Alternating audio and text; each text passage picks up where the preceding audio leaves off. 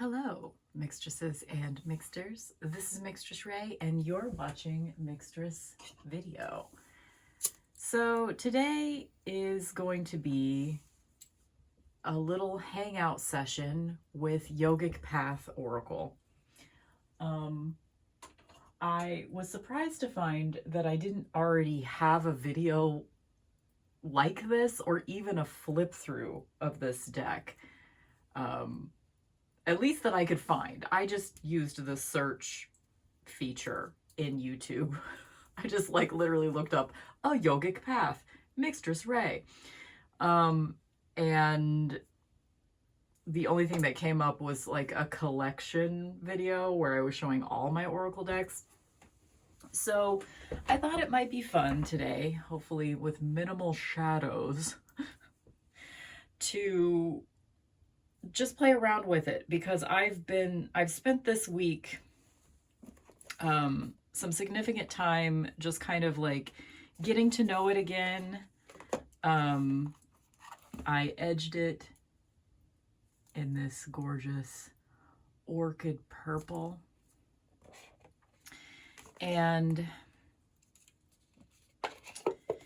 the thing with Yogic Path for me that's been a bit of a barrier to entry in the past was the fact that every single card only has a Sanskrit yogic term, and that is it.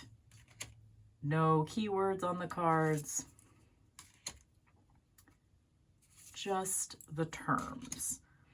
So that in the past was kind of a bit of a barrier to entry. Like, I have read a lot of Buddhist texts in my life, so a lot of the terms were familiar to me, but I felt like I wanted more. And the thing with this guidebook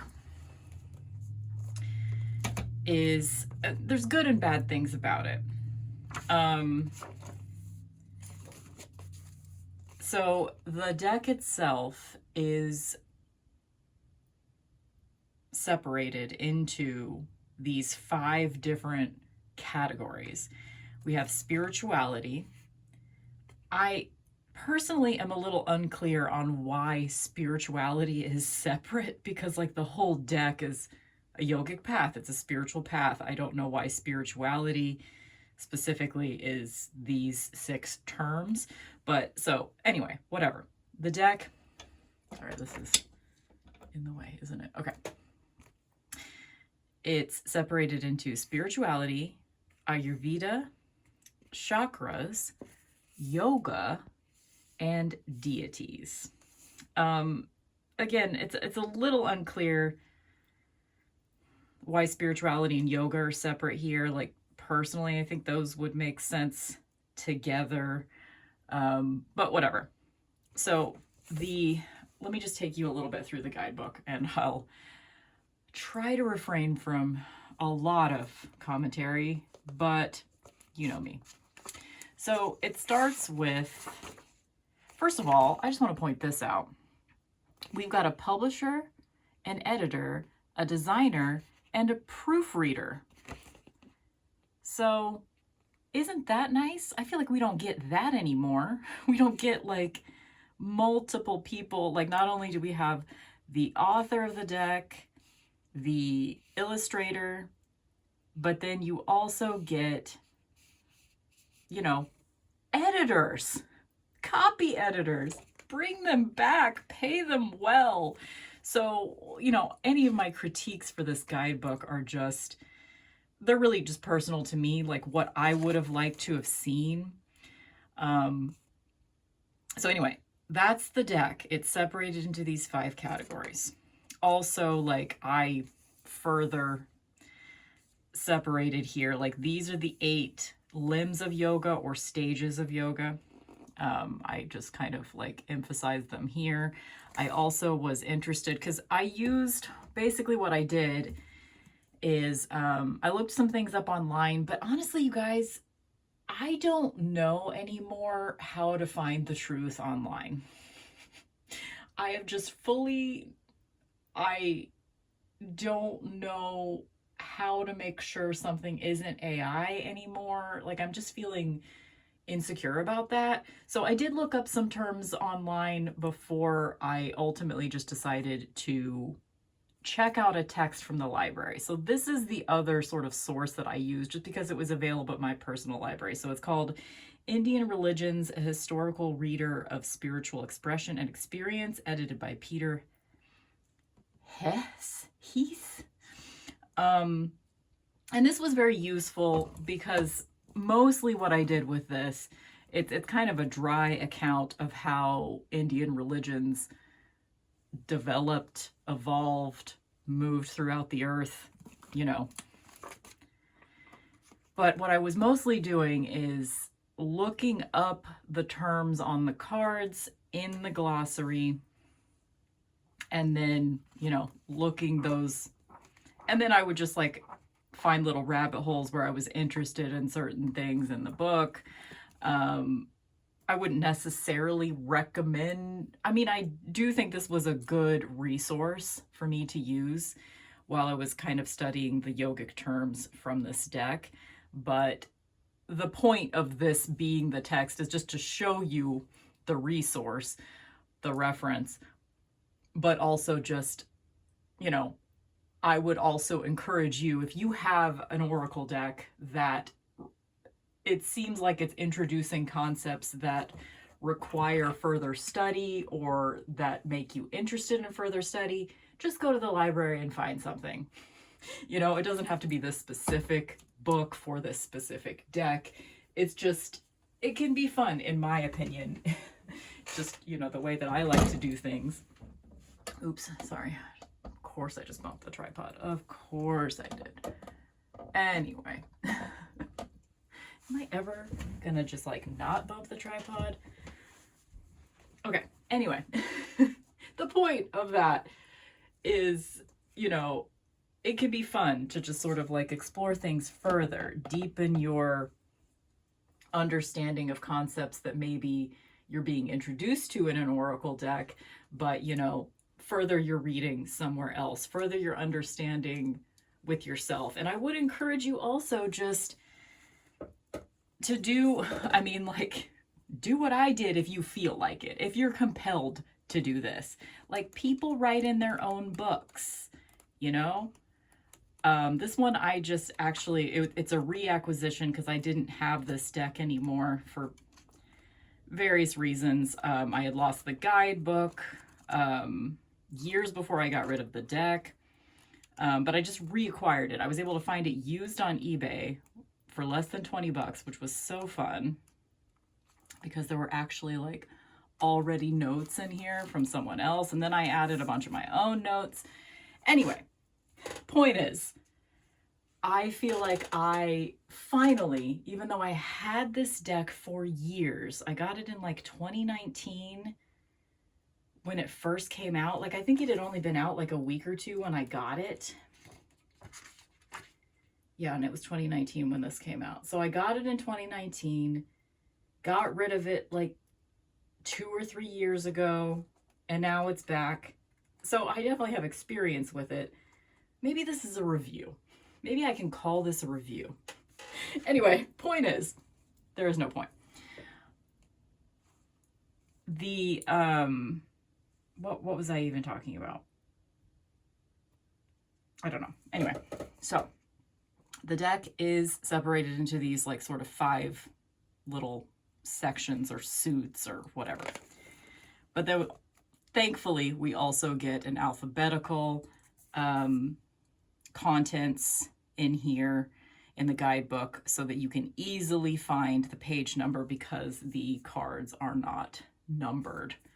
So this way, if you pull the Hanuman card, you can immediately go to Hanuman, page 125, etc. So I've dog-eared this page.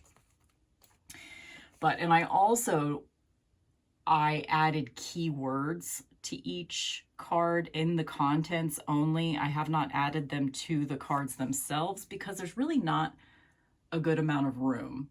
That was one of the reasons why I got rid of my other copy of the deck, because I had added keywords myself with ballpoint pen, So I think it was maybe the first deck I had ever added keywords to. I wouldn't use ballpoint pen again. I use paint markers for that now. But even using paint markers, like this text is so small, and the only space you can really use to add keywords is either to the left or to the right of the title, which is just, in my opinion, just a little inelegant. Like I wouldn't be able to write small enough, and it just doesn't look great. Yeah. So for now, I am hoping to not feel the need to add keywords. Although if you want to do it, do it. You know, like your cards, you get to make your decks into whatever you want them to be.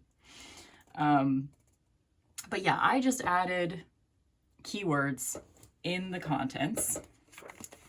And then there's, you know, an introduction, which does provide a little bit.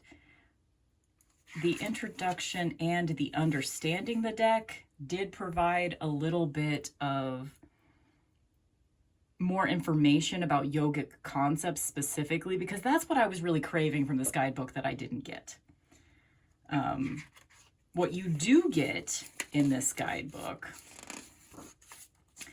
is these gorgeous full color images, oversized, or they're almost, yeah, slightly oversized, but they're almost the same size as the cards themselves. You do get that, and you get color coded for the like sort of suits or sections in the deck. So spirituality is all like these beautiful like rosy peach backgrounds. Ayurveda, gorgeous like orchid purple backgrounds. Chakras, you have these like aqua backgrounds. Yoga, green, like minty green, not very different from the chakras. I don't love those two colors being right next to each other just because they're not very different from each other. And somebody that doesn't have, that is colorblind or otherwise like has impaired color acuity, like it would be hard to tell the difference between those two colors, I would think. But anyway, I mean, that's just a silly little nitpick of the guidebook. And then the deities have this sort of like yellowy, sort of sherbet background. So that's the guidebook. So again, what I am feeling is missing from this guidebook. Feel free to pause if you want to read the text here. But what we've got this full space, this full page with tiny font. We could have had more.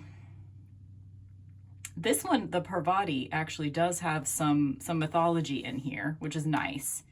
But most cards are not like that. Most cards you're going to get not even necessarily a great definition of the concept. It's usually just a lot of, you just have the upright and the reverse of each.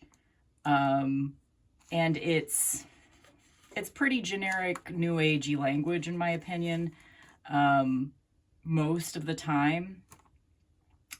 And again, this is my opinion. Like what I want is more, I guess what I'm wanting is more academic and scholarly. Like what I'm wanting is like half the information on the page to be like about the actual concept, defining the concept, orienting you in the history of that concept. And then you can give me like a couple sentences for upright and a couple sentences for reverse. But that's just me, because like what I would rather take from an oracle deck is, you know, give me some ideas of why you created this card, what this concept is, and then I will take it from there. My intuition will take it from there. Whereas most of this guidebook is just pure interpretation of the cards, which, I mean, there is some stuff in here. There is, like, it's, I'm painting it as being, you know, I'm painting it sort of in a more negative light than I really feel. That being said, essentially what was missing from this guidebook, in my opinion, I have kind of added to a degree myself. So I fixed it for me personally. And so that's what I think potentially the rest of this video is going to be. It's going to be me going through these concepts and explaining them how I understand them, which just with, you know, my experience with yoga, Buddhism, etc., is just being a white girl that's interested in the subject and has read lots of Buddhist books throughout my life. As far as like actual Buddhist practice, I don't think I can claim any of that. I've just read about it and I find it very interesting and compelling, and I would love to be more into it. And as far as like actual yoga, I've done it for workout reasons, and I just do it in general because I know a lot of yogic poses, yogic asanas. I know a lot of them, so I do them on kind of a daily basis. It's not like a strict practice, but just like I'll realize I need to stretch and I'll go do a downward dog and like, you know, some other sun salutations, just because I know them well enough that I can just go through them, you know. So I would say I'm not experienced in Buddhist practice and yogic practice. Maybe like slightly more than a beginner with yogic practice as far as the actual asanas, which is yogic postures. But in terms of like, I haven't spent a lot of time meditating in my life. I would like to do that more. I would like to learn how to meditate. I just recently listened again to Hearth Witch here on YouTube. She has this amazing video on meditation. She might even have more than one. So, but it was just a kind of a holistic view of meditation. It's a more recent video of hers as well. And it was just so good. Anyway, she's actually the reason I got this deck again too, because I was looking it up because I love Danielle Noel's art so much. So I was looking this deck up again just to see, like, you know, can I find a flip through? Would I potentially be interested in getting it again?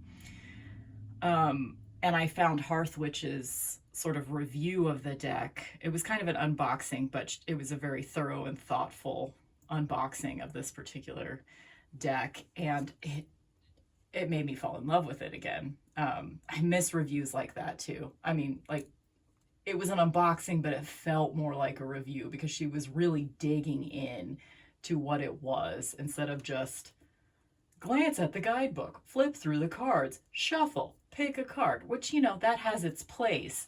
Those are useful videos too, but I love when you can just sink your teeth into something. So I'm hoping that this will kind of be that, although in my style of babbling a shit ton before I even get started. So it's 18 minutes in and I haven't even done anything yet. Okay, cool. So the idea here today, I think, is I need to prop this book up somewhere where I can see it at least. Maybe I'll just move my drink to the floor. And I can prop this up on the wall over here. Yeah, that'll work. I think that'll work. I might want a little clip to keep the book open. Yeah, I think that'll work. Okay, so I have put the deck in order of the, oh wait, damn it, this is not going to be fun. Because I wrote the sort of keywords on the alphabetical content list. However, I ordered them in the, anyway, whatever. Okay, cool. I just made that harder for myself, but that's okay. That's okay. What I want to do is lay the cards out in their sort of like suits.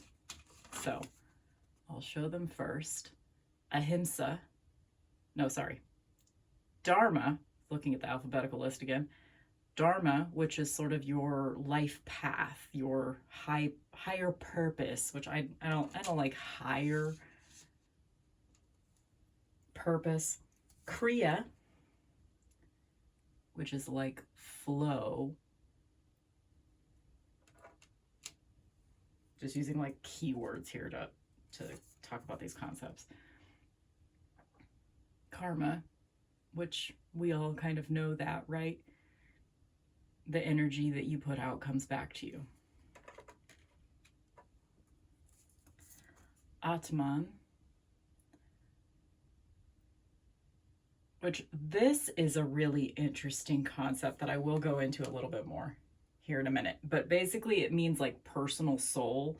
And the idea is Atman is the personal soul, Brahma is the universal soul, and Atman is just a tiny version. We are all, our souls are tiny versions of the whole. Our soul is identical to the soul of the universe. It's just smaller and more personal to us. Buddhi, which is, this is intellect, I think. Buddhi, yeah, inner wisdom.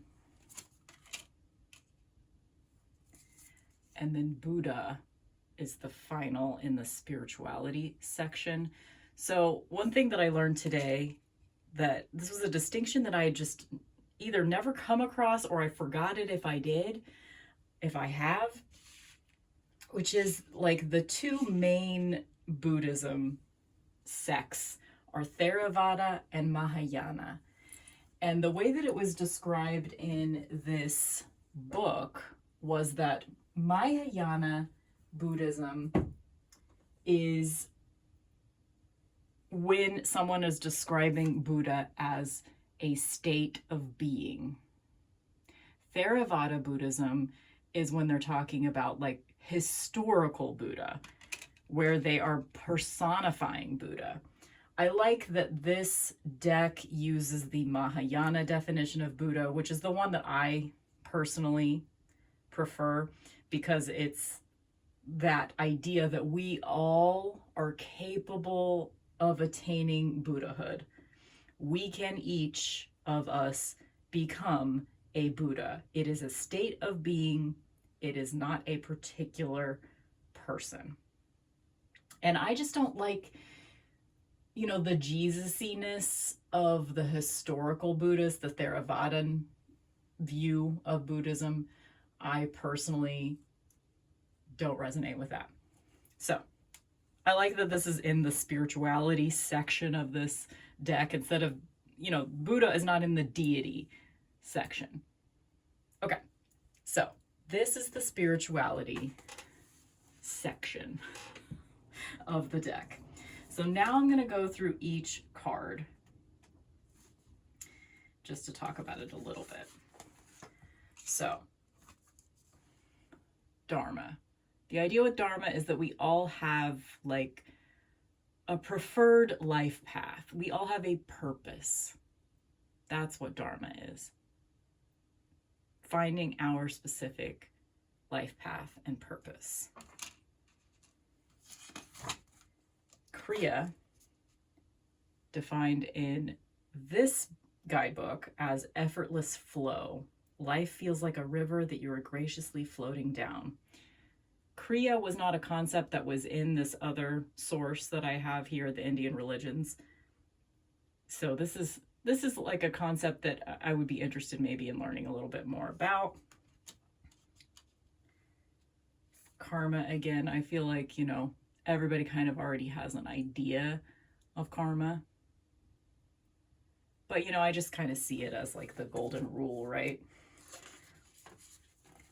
Just do unto others as you would have them do unto you, which I think is a beautiful concept. I also wrote down in the upright and the reversed, good womb versus evil womb, because there was I didn't write down the source of this, but I think it's one of the Upanishads they talk about you know, if you are a bad person, you will be reborn into an evil womb, which I just thought that was funny. So I wrote that down in my guidebook here, just for my own personal fun. This one, okay, Atman. What a gorgeous card, first of all, but also I just love this idea of Atman. Just this idea that we, and this is kind of, you know, this is present in a lot of different Eastern religions. It's like the main point of Hindu belief, right? And it trickles down into Buddhism. I think it might even be present in Taoism. This concept that our soul, our individual self, the Atman, is just a macrocosm of the universe. We are star stuff. And this also Buddhist idea of like every single thing in the universe is made up of the same stuff. We are all just a part of the whole.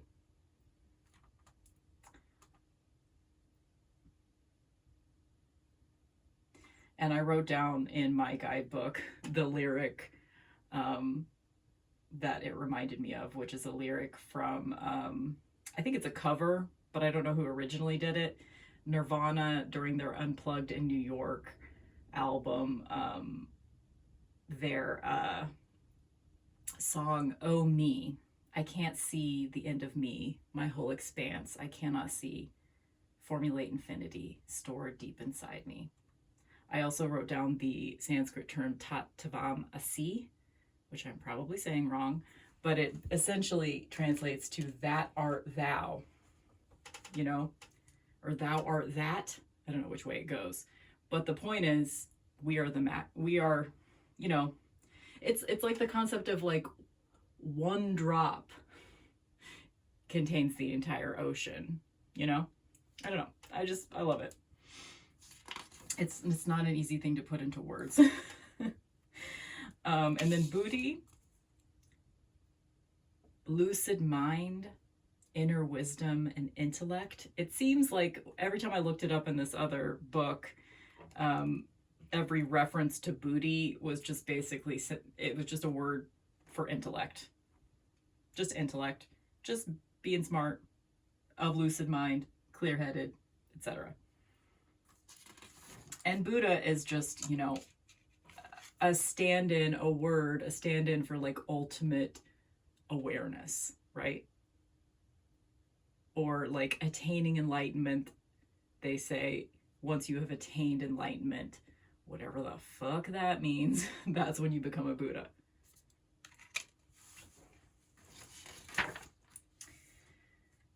Okay, so that's the spirituality section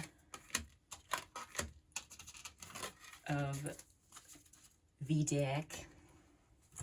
And next is the Ayurveda section.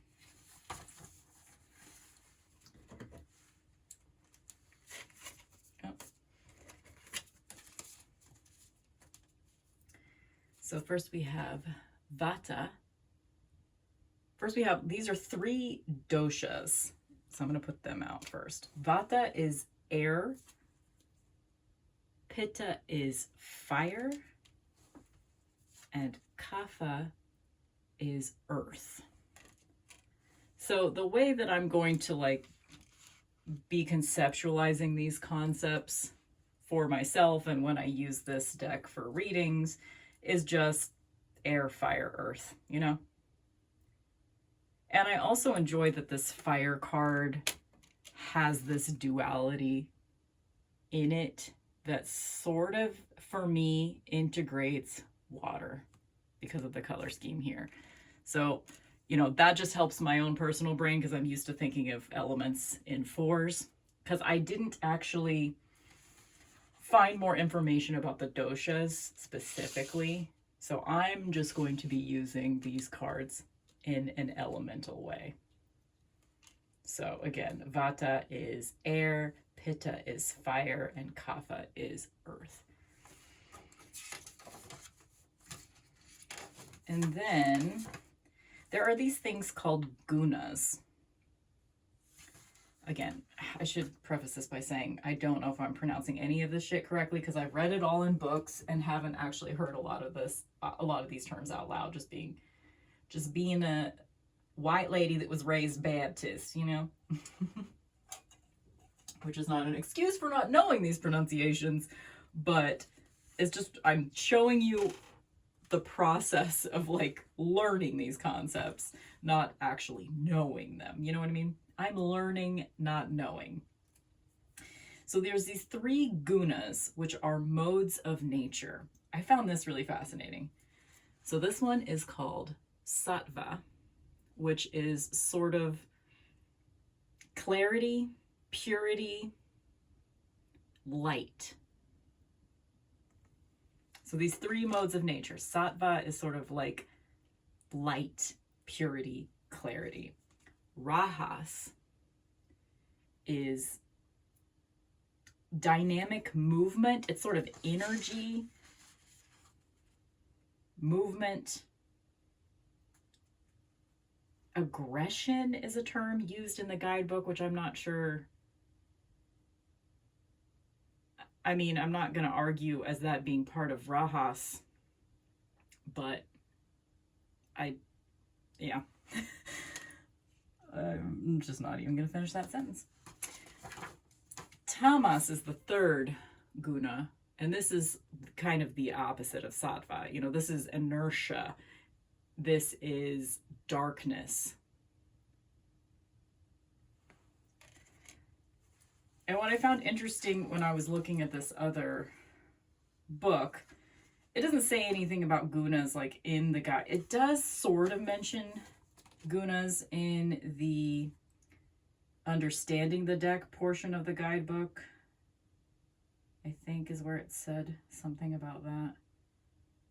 I can't find it now, but it doesn't really touch on that in the guidebook itself, but that's something that I found when I found online and I found in that other source book. These 3 gunas, just this idea that these 3 modes of nature. What I found, okay, this is a quote from that source. When the 3 gunas are in balance, there is no manifested world. When they are out of balance, manifestation begins. Which makes sense, like the 3 modes of nature being like sort of like creation, destruction, and the movement in between is kind of how I'm conceptualizing this. Creation, destruction, movement in between. The energy that makes it happen. And if these 3 things are in equal balance, nothing is happening, is the way I interpret that. So you got to bring one of them forward in order to make anything happen. I find this interesting. I don't totally understand it, but I find it interesting. So anyway, these are the 3 doshas. These are the 3 gunas. And then, how many other Ayurvedic concepts are there? There's 3 more. Okay, so there's 9 Ayurveda concepts. Okay, the next one is prana, which is breath.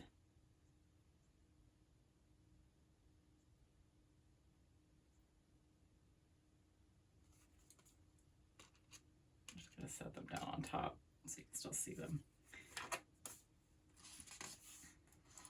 And I wrote down another quote from the Maitri, M-A-I-T-R-I,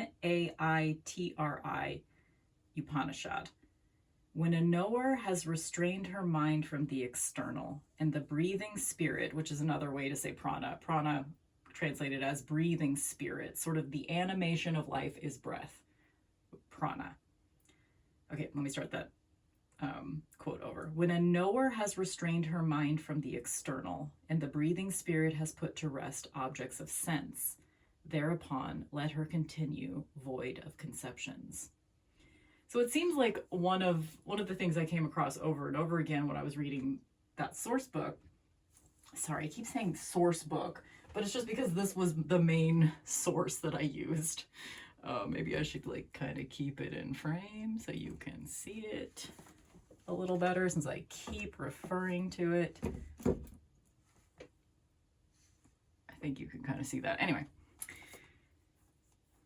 one of the concepts that I kept coming back to over and over again reading that book, the Indian religions book, was this idea that like yoga and Indian religions in general, meditation, Buddhism, etc., Eastern religions, are primarily focused on like withdrawing from the senses, disconnecting from Maya, which is the term that is used for like, it's basically the Matrix. Maya is the Matrix. This whole world is an illusion because it's just something that we're sensing. And anything that we can sense isn't real. That's the way I understand it anyway. So this idea of like meditation is to learn how to disconnect from the senses, which puts you back in touch with source, with, you know, the Brahma. So this idea of like disconnecting from the senses being like a good thing comes up over and over and over again in these religions.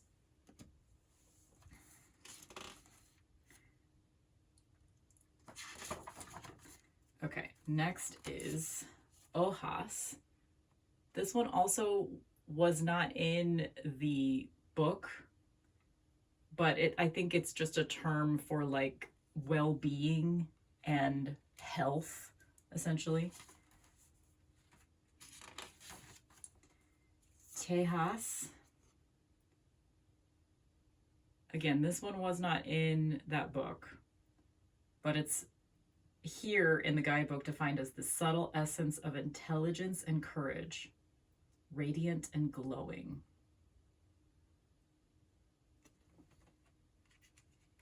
So these are the 9 Ayurvedic concepts in the deck. Okay, I'm gonna let myself get them out of order now because I will be shuffling them eventually.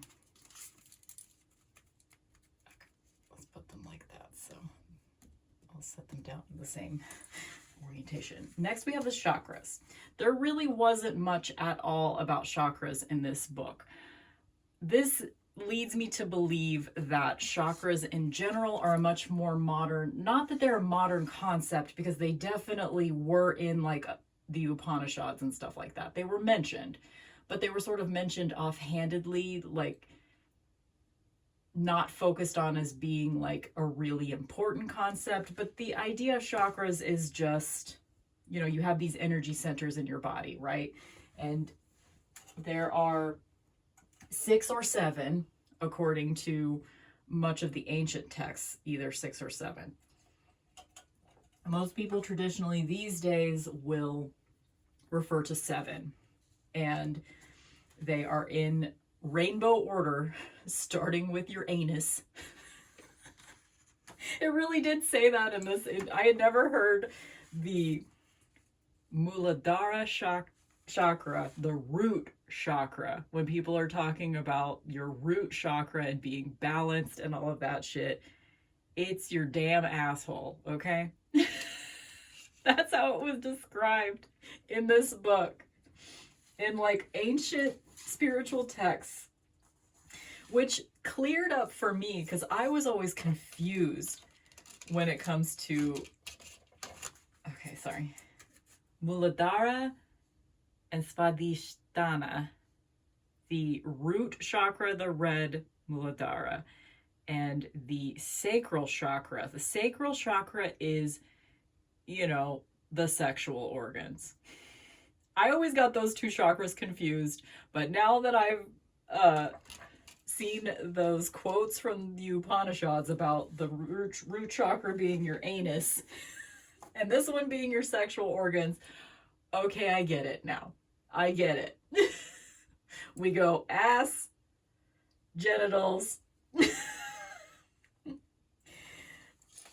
Next we have solar plexus, which is kind of like diaphragm area, right? Like sort of the base of your your sacrum at the bottom of your rib cage, right? In the center. So rib cage is possibly not the right way to say that, but Manipura, solar plexus. Anahata, heart chakra. I love the colors. This is possibly the most expressive Danielle Noel has ever been in her color language in a deck that I have seen, and I'm here for it. Vishuddha, throat chakra. Ajna, third eye. And then Sahasrara, crown chakra. And each one of these cards, I think, each one of these cards, sorry, I shouldn't lean forward because then you get my shadow, has like crystals in the imagery too, which is really fun. Like we have, you know, like kind of an amethyst slice hanging out in the background here. We've got some sort of geode here, agate here, also other little crystals and things. We have, I never noticed this before having this deck this time, but there's labradorite on this heart chakra card at the bottom. Man, did I start this video by saying I've been falling back in love with Danielle Noel's art lately? I have had so many of her decks in the past. Let's count for funsies. I had Work Your Light, Yogic Path, Moonchild, Starchild, Shadow Moonchild, another version of the Moonchild, because I had the Akashic edition and the like sort of like throwback to the first edition. I had that Starseed Oracle. Is that it? Yes, I think that's it.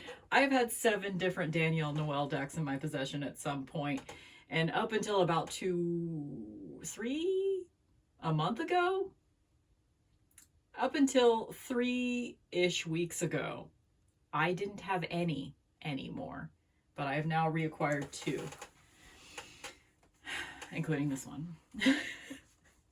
I just love her art so much, and I can't believe if I could go back and shake my past self and tell her a few things, one of the things that I would tell her is, don't get rid of all the Danielle Noel decks. You love her art. Like, I'm always like somewhat disappointed in like the execution of the guidebooks of things. Like, I'm always going to be like that though. Nothing is perfect. And that's okay. All right. So these are the chakras. Personally, I don't really, like, I get the idea of the chakras. Like, it's an interesting idea that we have these energy centers, that it helps bring you back to the body, right? Like, if you pull, you know, the genital chakra card, then, you know, you're going to talk about sexuality. Like, how's your sexual health? You know, like, how are you doing? Does your labia hurt? Do you need to go to the gynecologist? You know, like, it brings you back to your body. Like, pulling one of these cards randomly, like, it starts a conversation. It helps a reading. I'm here for that as a concept. Just in general, I'm not like a believer in chakras necessarily. I don't know. Not that you asked. Next, we have the yoga section in the guidebook. But specifically, I'm going to break this up into the first 8 cards in the yoga section are the 8 limbs of yoga, also known as the 8 stages of yoga. So I'm going to put those out together. So first we have yamas, which is like morality essentially. Like set of moral principles. There are actual yamas, a set of moral principles in yogic practice, I believe, is what that kind of refers to. And then niyamas, which are more internally focused. They're laws of personal observance. So, like, the yamas are more about morality and how it relates to others, and niyamas are more like personal observances. Next, we have asana, and these are like, sometimes people will say asana when they're talking about meditating, like you're sitting asana. So that's like the posture that you're sitting in order to meditate. But it also, asana can just refer to like any yogic posture, I think, is an asana, if I understand this correctly. Correct me in the comments if I'm wrong. So like a downward dog would be an asana. You know, corpse pose, asana, etc. And then the fourth of the 8 stages of yoga is pranayama, which is the like breath control. That's when you are breathing in a particular way for a particular purpose. It's control of breath, yogic breathing, etc. Then we have pratyahara, which is essentially like sensory deprivation, disconnection from the senses.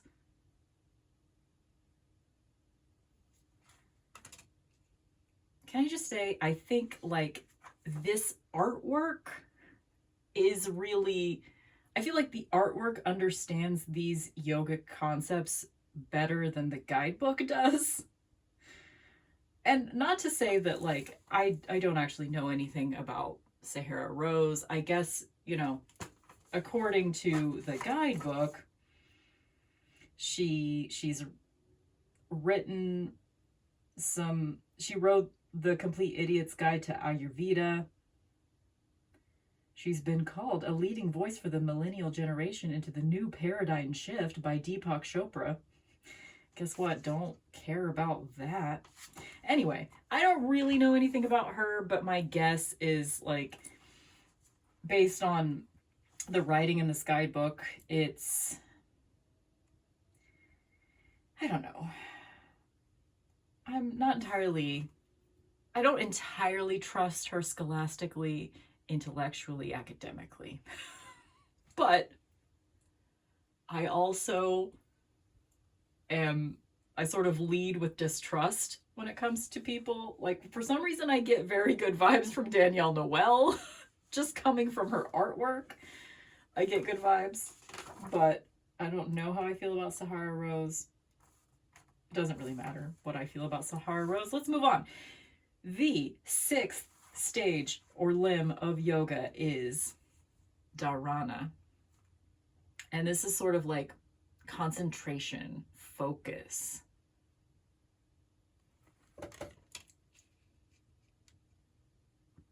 These concepts in this Indian religion book, I mean, it was definitely mentioned. The 8 limbs of yoga were definitely mentioned in that book, but they were just sort of glossed over, because I guess that's kind of how it was. This book is primarily referencing the ancient texts, like the Upanishads, the Bhagavad Gita, etc., in the different Indian religions. So the 8-fold path of yoga, or 8 stages of yoga, or whatever they call it, that is emphasized a lot in more modern terminology surrounding yoga and Indian religions, blah, blah, blah, Buddhism, blah, blah, blah.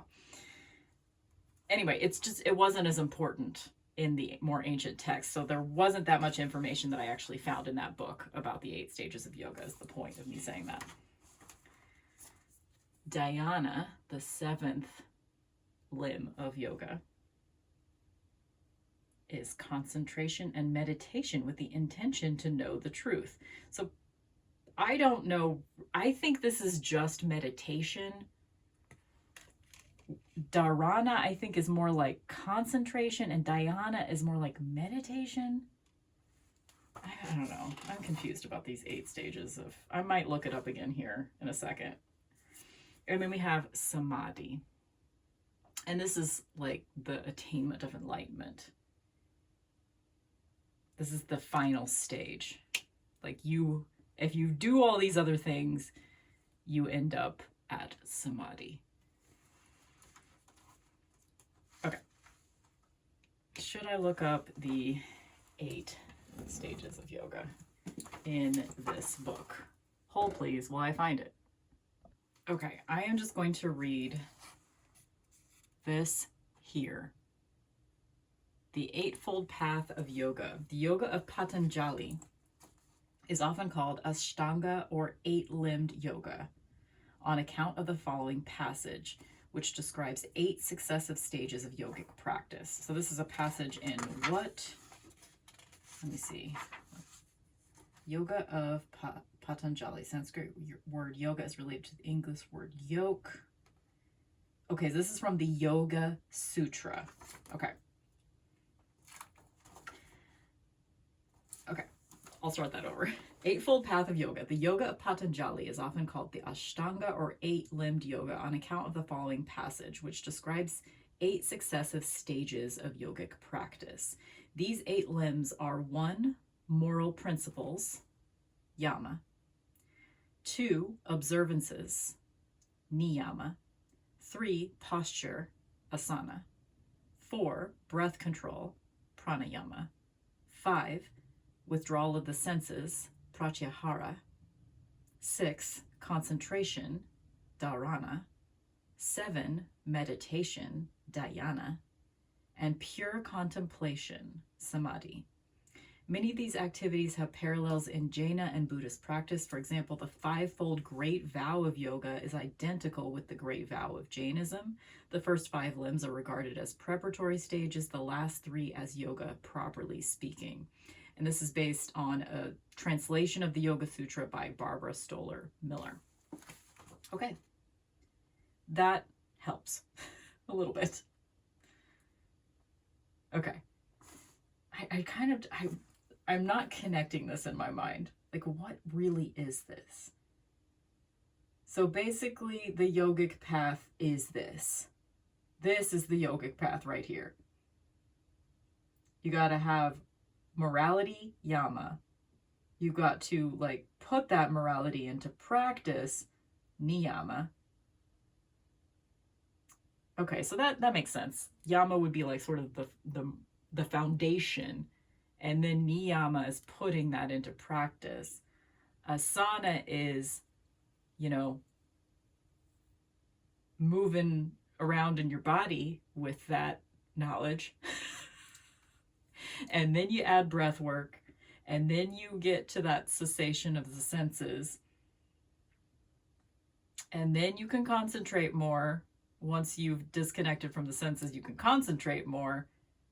And then you get into the real meditation, which leads you to the, like, ecstasy of samadhi. Okay. All right. I kind of get that. I know this is kind of basic shit that I'm learning right now, but hopefully this is helpful to someone. Okay. We're still in the yoga section of the deck, but we are past those 8 stages of yoga. So I'm gonna put these on here on the screen separately. Kundalini. Okay, so this is, in the guidebook, it describes this as primordial cosmic energy and serpent power. And you've heard people talk about Kundalini a lot as being sort of like the serpent that is coiled in your ass. Because it starts at the base chakra, which again, I'm just going to see it as anus chakra from now on. You've got a snake coiled up in there, and you just got to unfurl it. I'm sorry. I don't mean to be disrespectful. Like, the way that people these days, and by these days I mean like from the 50s up until now, you know, talk about Kundalini. People have used this concept to create cults. Personally, this concept has been very misused, convoluted. I don't know. I read a big thing in here from, what was it? Let me actually fucking find it. It's in this section of the book called The 12 Mystics of Modern India. So it was the Kundalini Sakti. Kundalini Sakti. What was that in? 564. I seriously just sat down with this book like for several hours this morning. Okay. This particular like guru, mystic, whoever, Gopi Krishna. This is from his autobiography, Kundalini, the Evolutionary Energy in Man. So he has this is a direct text, direct quotes from this autobiography from Gopi Krishna, a modern mystic. He wrote it it was published, the autobiography was published in 1967. So he's talking about this account of like, he was meditating one day and then this Kundalini thing happened. And to me, honestly, it really read, again, I don't mean to like sound disrespectful, but it really read to me like, you know, when you like have a runner's high, or, you know, like you're doing something so obsessively that you enter into sort of a hallucinatory state. Like, I'm sure that happens with meditation. I honestly think a lot of this shit, when people are like talking about, I think that could even be the goal for people, right? Like, you want to get to that state of like, you know, you're gonna have spiritual visions. You're going to like, it really sounded to me like this guy's description of his Kundalini awakening, which people talk about all the time. It really sounded to me like he was just meditating for so long that he went a little loopy. And you know what? Like, I made a pact with the universe when I was in a loopy state like that. I mean, that was brought on by hallucinogens in that case. But, you know, these things can be very personally meaningful to us. And I don't want to take that away from anyone. If you feel like you've had some sort of Kundalini awakening in your own life, that is your truth. Hold on to that. I personally am going to be thinking of this as sort of an alignment of the chakras. Like, our body is in harmony. We are awakening. This is a beautiful image. I love snake imagery. But, yeah. I wrote down that it's a hallucination / a high achieved by intense meditation. Also, I could just be like doing that thing that I do when I don't totally understand something. I just kind of, like summarize it in my own head as something that maybe is a total misinterpretation of the thing. So, but to me, this guy's account of his Kundalini awakening, and he's considered a mystic and a guru, just sounded to me like he was meditating for too long. His legs were probably asleep and he was having some crazy visions, which I don't want to diminish that, but it's like, it's not something that, it's definitely something that we can all achieve, right? We can do this. we can ignore our senses for so long that we end up in this state, but I don't necessarily think that's a good thing always, you know? He was also probably really hungry. Anyway, moving on. Bhakti, devotion. This was also described in an introductory chapter of this guidebook, that there are three, let's see, what does it say?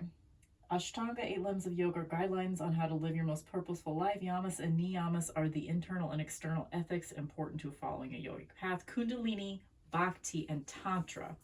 There it is. Here's Tantra. Are 3 types of yoga that offer pathways you can take into this spiritual science. So these, as far as this oracle deck is concerned, these are 3 different types of yoga that you can pursue. Kundalini, Bhakti, or Tantra.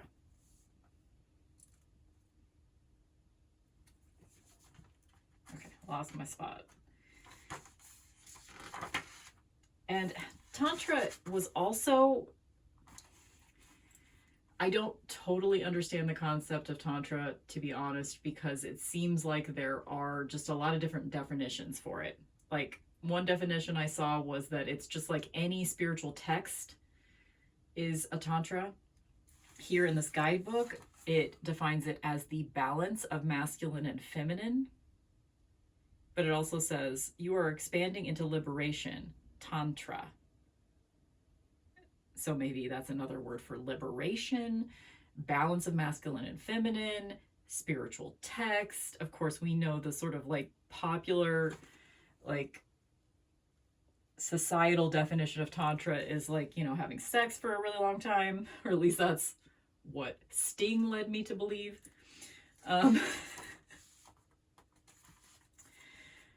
It's just interesting when you get into this stuff, like spiritual shit. When you start getting into spiritual shit or mythology, like all of that shit, it is just human beings trying to understand the unknowable, right? Trying to understand something that cannot be put into words. So the way that we interpret it, the way that each individual interprets it is just so different, right? Okay, next, Satya. This is a yama, which again are those morality things. Satya is truthfulness, or just truth.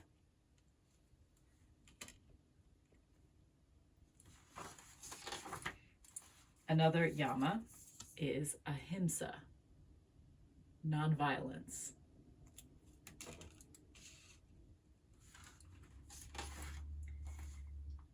And next we have a niyama, which again is the more like self-directed. So this is the practice of the study of self.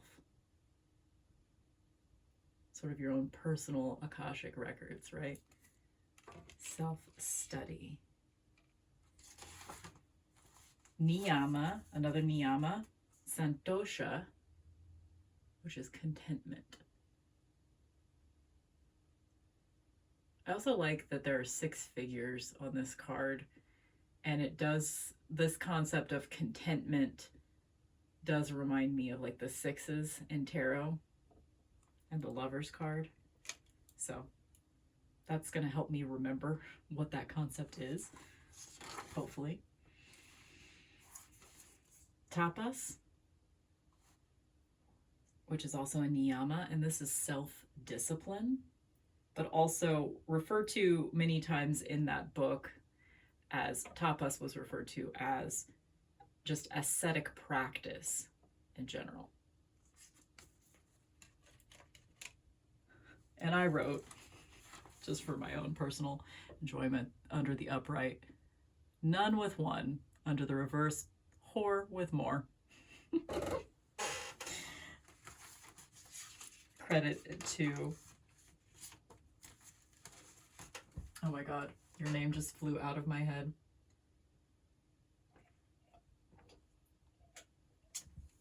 a fellow YouTube tarot lover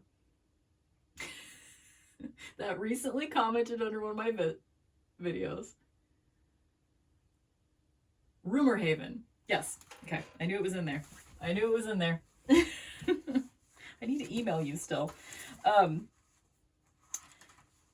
Okay. Anyway, that's an aside. But those are the final 8 yoga concepts in the deck.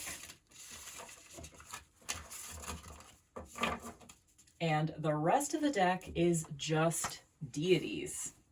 So we have like 13. Is it 13 deities? 3, 6, 9, 12. No, 16. 16 deities. So I'm not going to be able to fit all of these. We'll just do two sections of 8. Parvati.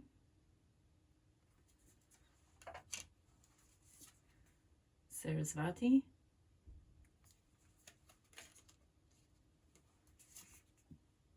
Kali.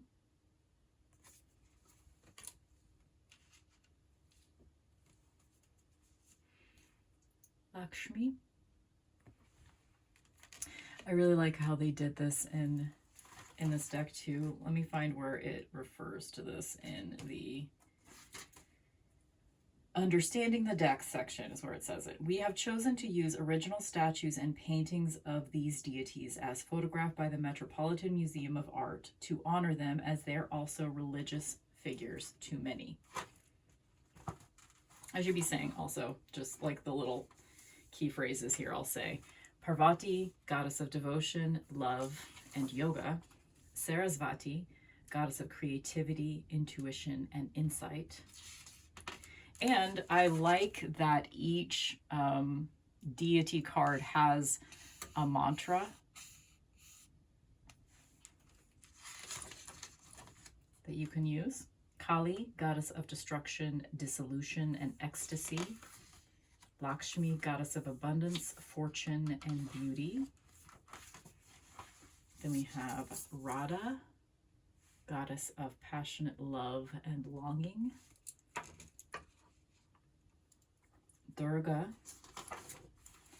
goddess of strength and protection.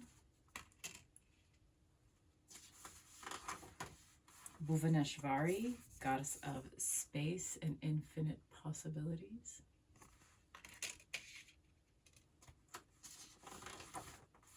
Sita, goddess of devotion and loyalty. A lot of these female goddesses are just like devotion, loyalty, love.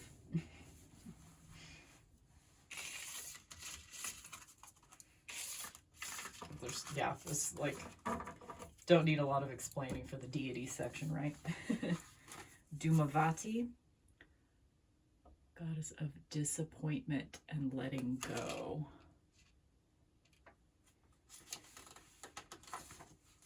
Chinnamasta, goddess of radical self-transcendence.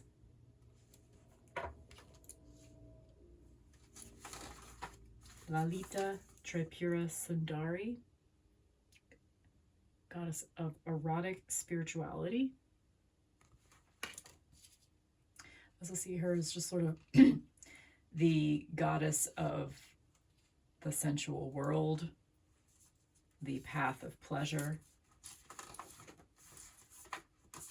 which is kind of the opposite of the abnegation of senses thing of most of yoga, right? Ganesha, the remover of obstacles and god of new beginnings. So I guess there was 8, 9, 10, 11 goddesses, and the rest of them are gods. So we only have 5 gods. So Ganesha, Krishna, god of compassion and love. Brahma, god of creation. I'm sort of sad that, well, okay, never mind. I'll save that for the end. Shiva, god of destruction and rebirth. And Hanuman, god of courage. So there are a few concepts that I feel are maybe missing from this deck or could have been used in this deck. One of them being Brahman. I mean, we have Brahma as sort of the god. I think for me personally, I am going to use this card. I'm going to interpret this card as Brahman being sort of the, like, you know, the universal soul. Because we have to look, you know, we have, where's Buddha? I got these mixed up. Where's Buddha? There he is. Okay. Like, if we're going to be using the concept of Buddha while also looking at an image of a humanoid figure, then I'm going to do the same thing with Brahma. I might even see if I can add an in at the end to make it Brahman, which is a different concept. Like, obviously Brahma is sort of the god manifestation, which makes sense. But in that same way that Buddha can be interpreted as either a person or a concept, personally, he's not in the deity section for me. You know what I mean? That's all I'm saying. So that's something that I wish was in the deck. Other cards I wish that were in the deck, I feel, even though we do have reverse meanings for each and every card, even though we do have that, I wish we had some cards that sort of brought forth a little bit more darkness, you know what I mean? Such as, I think, you know, one of the main concepts in Buddhism is that life is pain. Life, you just get used to it. Sorry, quoting Long Kiss Goodnight. Life is pain. Life is suffering. Like, the term for suffering, that's a card that I think should be in here, which is it dukkha? Yeah, dukkha is suffering. According to yoga, suffering is caused by the connection between the observer and the observed. Something I wrote down because it was just something that I came across over and over again in this book. Also, like, a term that's used a lot is moksha, which is liberation. I mean, you can also, like, other cards are kind of talking about that, a similar concept, I guess. Also, what's that word?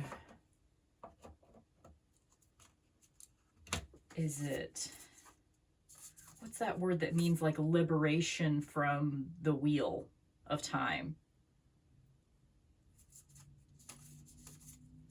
Like, once you attain enlightenment, you sort of, like, escape the wheel. There's a term for that too. I'm not thinking of it right now. It's not samadhi, because samadhi's in here, but that is sort of a similar concept. I mean, I guess I can use that. Yeah, I can use samadhi as sort of a stand-in for that, because that's kind of nirvana, kind of enlightenment. If I am interpreting it correctly, that can kind of stand in for those concepts as well. But another thing I really think should be in this deck, I think definitely dukkha, suffering, and also Maya, because the term, yeah, I just think it's so interesting. Maybe I can find something interesting about Maya in this book I can read to you. Okay, that other word that I was looking for is samsara. That's the, like, when you are done reincarnating and you are freed from the cycle of death and rebirth.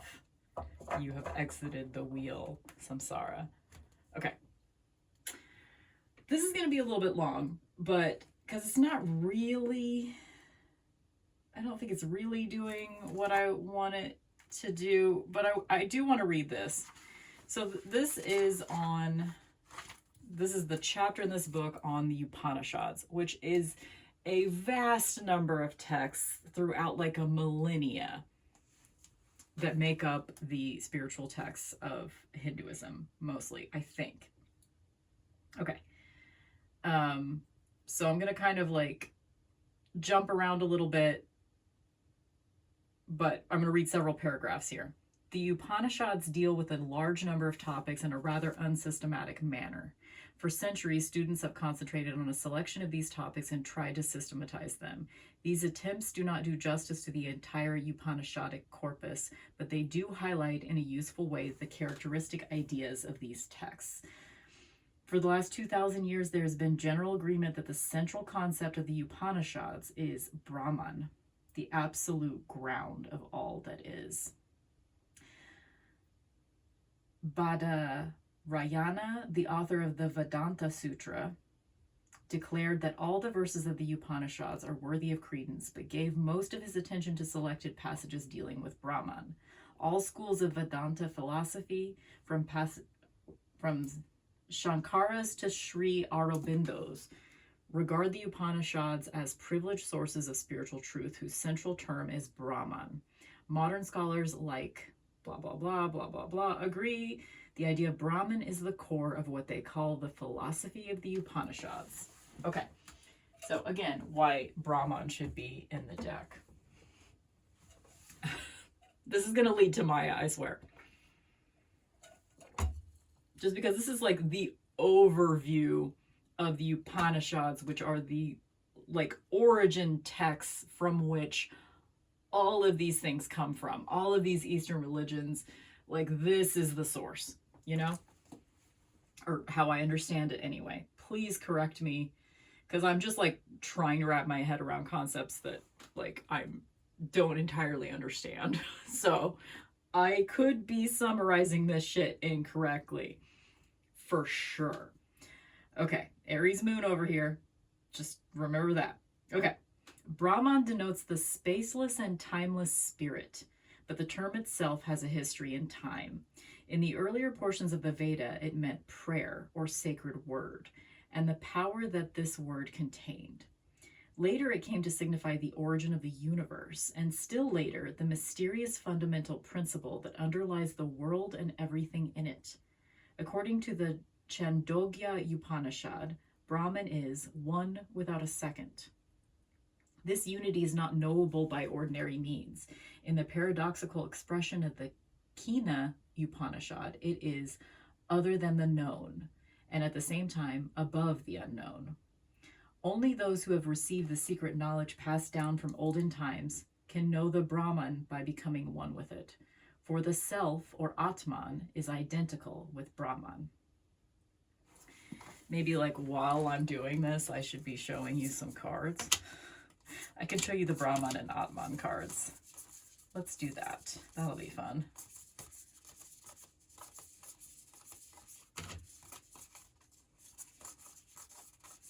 I also love that when I'm using this deck, like the foil on the back of the cards is like coming off.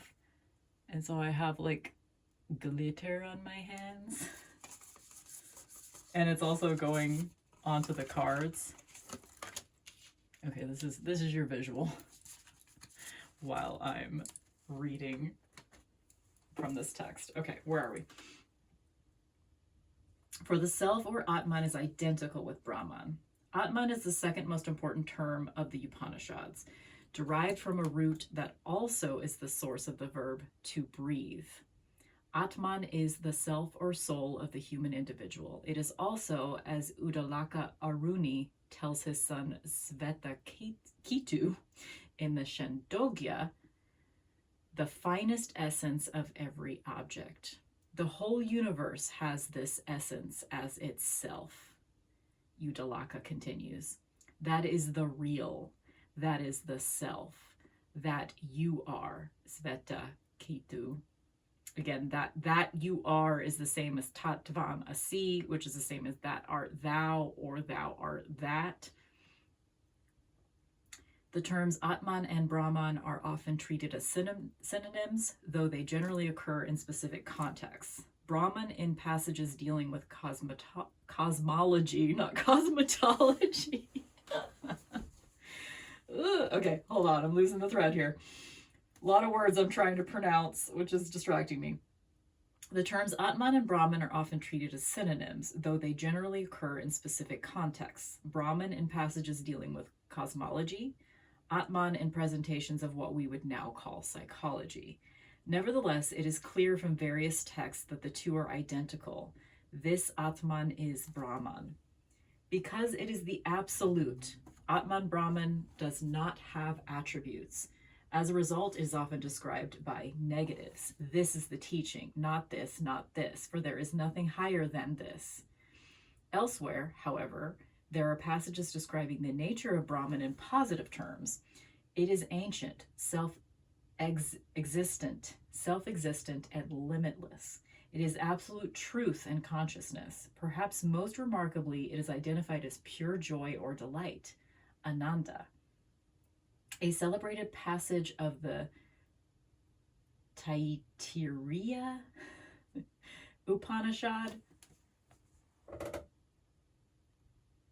that term there, describes the joy of the spirit as 100 times greater than the greatest joy an ordinary human can attain. One who knows this self-existent joy fears nothing. Since Atman Brahman is all that is, it follows that the diversity of the universe is only an appearance. How this world of manifestation came into being is a mystery that a number of Upanishads attempt to explicate. Several passages propose a theory of a dual Brahman, one formless and the other formed. That which is the formed, explains the Maitri Upanishad, is unreal, while that which is the formless is real. So all matter in the universe is unreal. Other texts suggest that the manifested world is the creation of a power of illusion known as Maya. This notion was fleshed out by the 8th century philosopher Shankara and eventually became the keynote of the predominant interpretation of Vedanta. Other passages of the Upanishads, for instance, the opening of the Isa, grant derivative reality to the manifested world as a creation of Brahman as the Lord. Okay, so that barely mentioned Maya. Barely. But yeah, it's hard to find. I would love to learn more about the concept of Maya, because the way that I am interpreting it is everything we can sense isn't real, which goes back to this concept that I remember learning in high school. I remembered it being defined as pluralism. This is just my memory. It was like we were talking about philosophy. Was it a philosophy class? I wouldn't have had a philosophy class in high school. I think it was just my English teacher who was really into philosophy. So I think he was teaching us this. He was talking to us about pluralism and the idea that perception equals reality. I think that's the concept of Maya / the Matrix. Like everything that we perceive is flawed because of our perception of it. This other quote that I wrote down that I said briefly. According to yoga, suffering is caused by the connection between the observer and the observed. Ooh, maybe I can find that passage. Okay, we're doing this, okay? It's a little late now to say strap in, but strap in. Okay, let me look up suffering, because I think that's where I found that quote. Okay, I found where I got that quote from, which is this chapter on Samkhya and Yoga, Freedom from Suffering by Active Performance of Yoga, which is from what? I think this is also from the Yoga Sutra. Yes, I think. So this is all from the Yoga Sutra, which I quoted earlier too. Okay, so talking about dukkha, suffering. Again, a card that I think should be in this deck. Suffering that has not yet come can be escaped. The cause of suffering, which can be escaped, is the connection between the observer and the phenomenal world.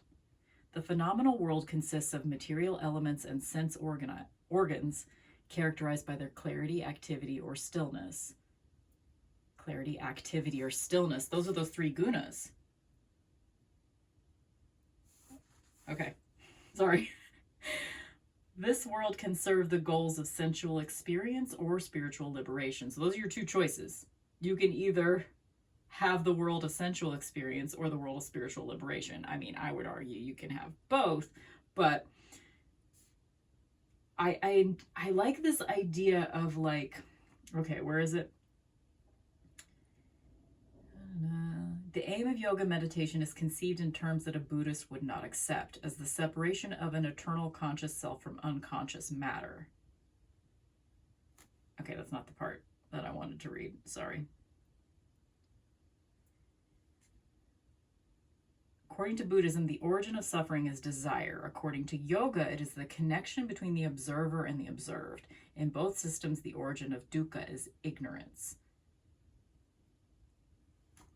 Just this idea of, I mean, I think that goes back to perception versus reality. Like, suffering is the disconnect between the observer and the observed. It's the idea that none of us can perceive things in the same way. You know, we will look at the same piece of art and have completely different interpretations of it. We can't see, we will never be able to see beyond our own perception.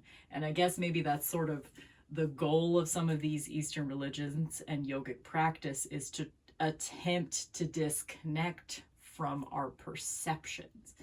Like, the idea seems to be to completely disconnect from knowledge, perception, senses, to be able to, like, essentially transcend the human body, right? Transcend our own limitations of mind. Anyway, I don't know if any of this is making any sense or is at all enjoyable, and I've been talking for an hour and a half, and I need to go get some groceries. So I should shut up. But thank you for listening to whatever this was. Bye.